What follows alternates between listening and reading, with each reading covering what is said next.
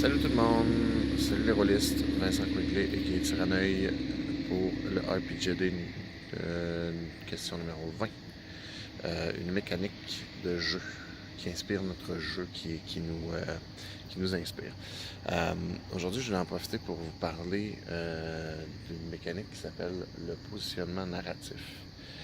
C'est quelque chose qui est souvent mal interprété ou du moins mal compris par les gens qui n'ont jamais joué à des jeux Powered by the Apocalypse. Et pourtant, c'est un élément qui se retrouve beaucoup dans le jeu traditionnel, dans le jeu plus standard et surtout énormément dans les jeux OSR.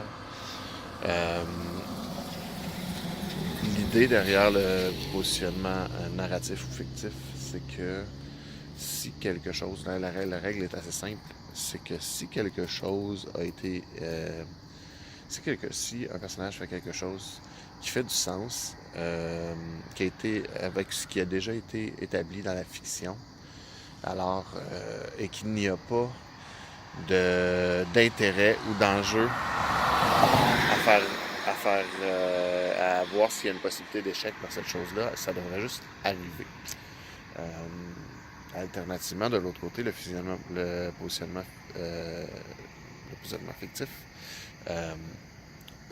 dit aussi que si, selon la fiction, une action, selon la fiction, ça a déjà été établi, une action est impossible, mais elle n'arrive pas. On ne peut même pas rouler pour. Je peux vous donner un exemple de cette deuxième énoncé-là.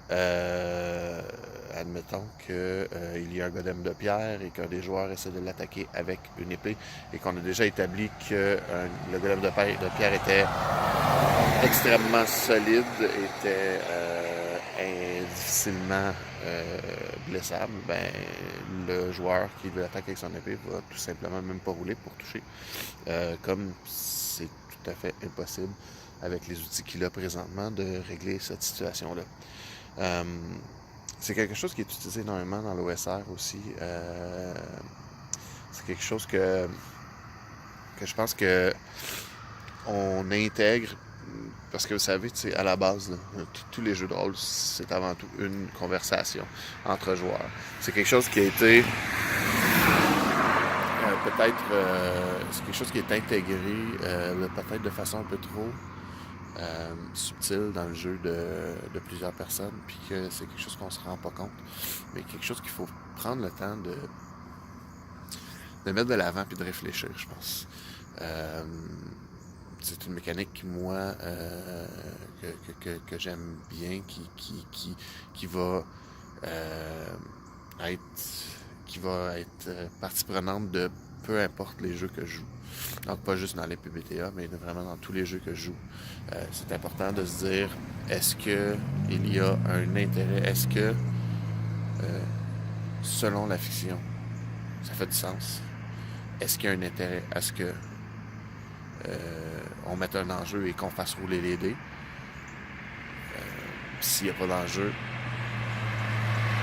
alors,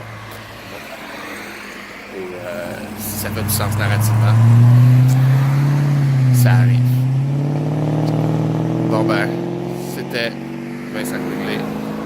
Pour le RPG, il y a plein d'autos qui passent.